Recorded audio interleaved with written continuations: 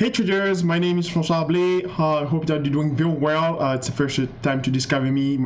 I'm the main trainer and founder of Global Street Trader Academie, GSTA, which is the Canadian online academy where we teach people how to trade properly and also reading the financial markets with the macroeconomics tools. Okay, so if you're still interested, you can definitely take a look on our website at the www.globalstreettrader.com, or also send us through message through the different social media as well as the YouTube, Facebook and Twitter too. Okay, so it's a little bit like a light report, personal light report on the monetary policy, because today we have seen that the Fed as doing the as the consensus expected for the rate interest they cut for the 25 basis points on the rate interest.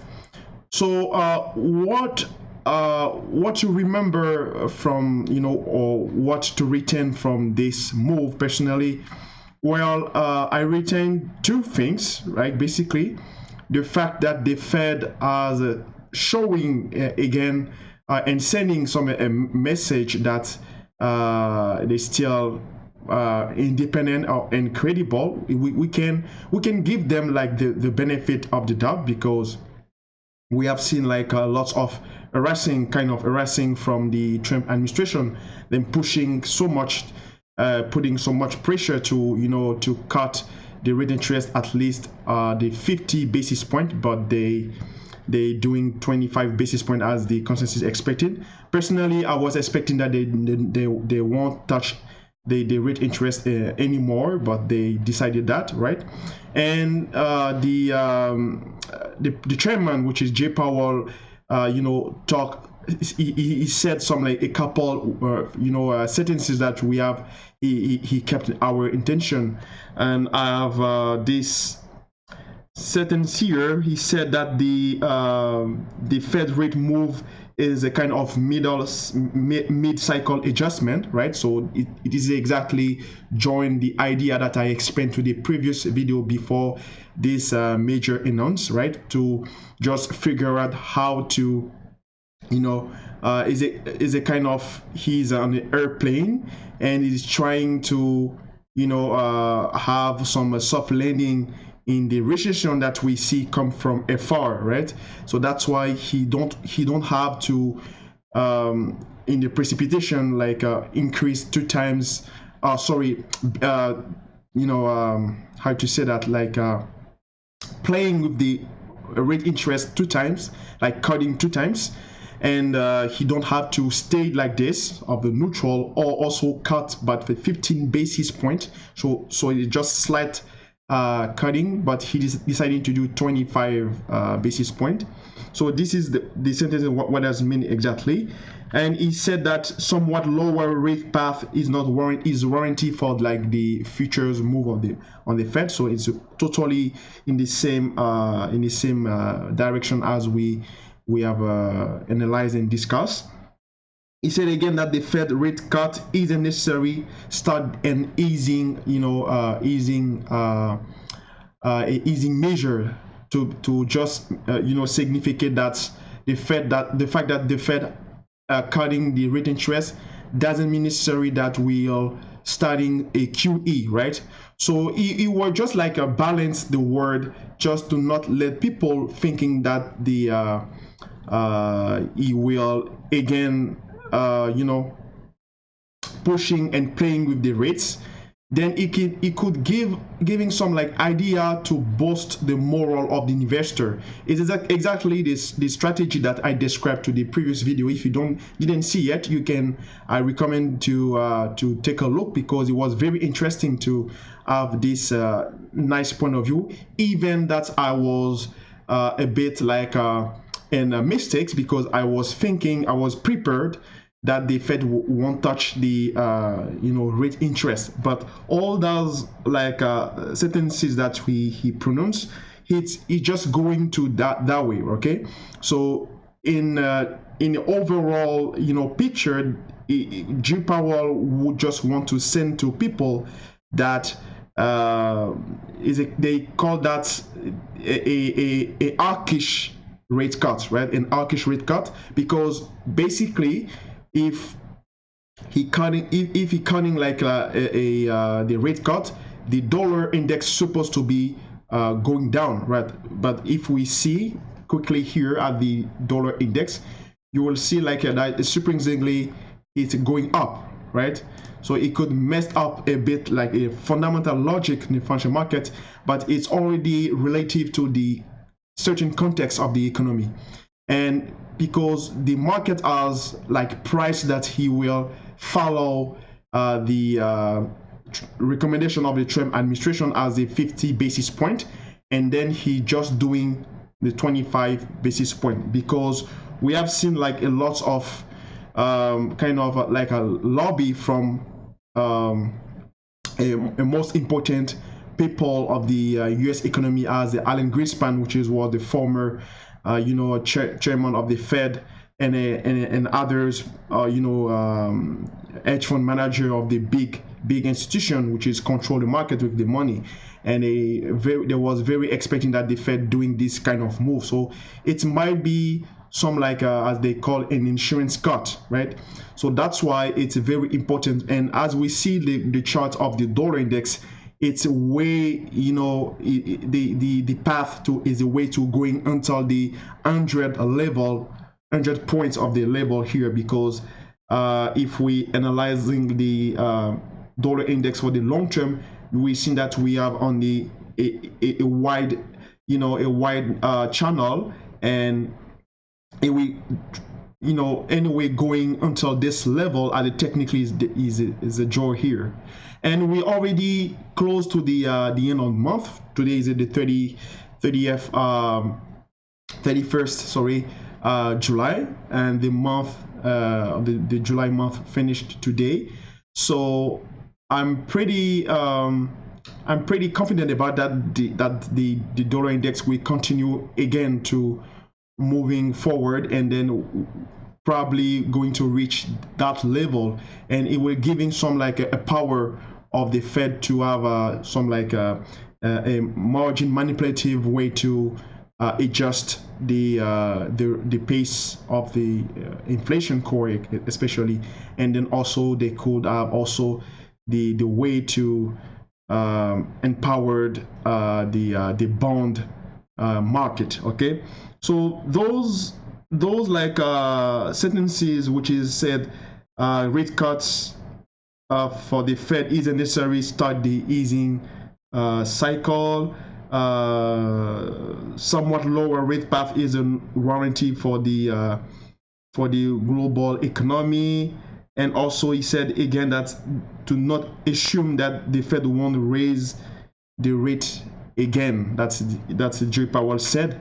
Those kind of words just said that the index will possibly rally again. That's totally what he said. And is we seen here on the charts for the second reason why I'm thinking that is not over yet. This level here, because the S&P 500 is losing like a quite of 40 point today in the session, and it was totally like a great breathing of the market, because we're to the level it just coming to legitimize like the previous rally, that it was time to take a break for the in terms of the evolution, and then why not to going back later, because as long as we stay above this moving average for the 250 days, I'm assuming that there's a possibility way to rally again for the index, because if this bias is still hovers in the whole index, that they will probably cut the rate interest more, because it has been like the first time in the last past decades, right, since 2008 or 2009, the Fed didn't raise didn't like touch the rate interest, right? That's why there was a lag of this like monetary policy. and the fact that they're doing just first time in this year, it's probably said that, and with this also sentences that we have seen, it means that they could intervene later, but in case of if we seen another rally on the index, just to pushing the markets, just to kind of turning down the warming, right? Because when it's increased too much, it might be the time to intervene and then to stop this rally, the fact to control the market as they have to soft landing in the recession. Because as I explained to the previous video, we are observing economically a certain dichotomy between the anticipate productivity and the real capacity of the economy to produce more on the United States. That's why the CPI core has been like a certain of a lag to progress with the GDP especially. Okay, so basically is all of that I would just want to talk to you. There's no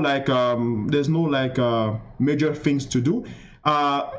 When we will break the 250 moving average, then we can pushing the button for the emergency. Then it will be the major signal that we getting into the bear market, and then probably going way far to the recession.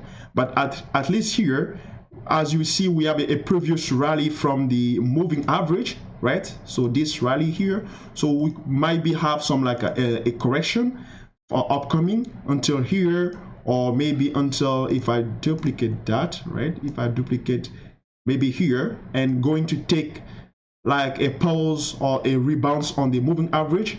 But if we break this level and we close below that, then we can have some worry about the pursuit of the economy, okay, of the index.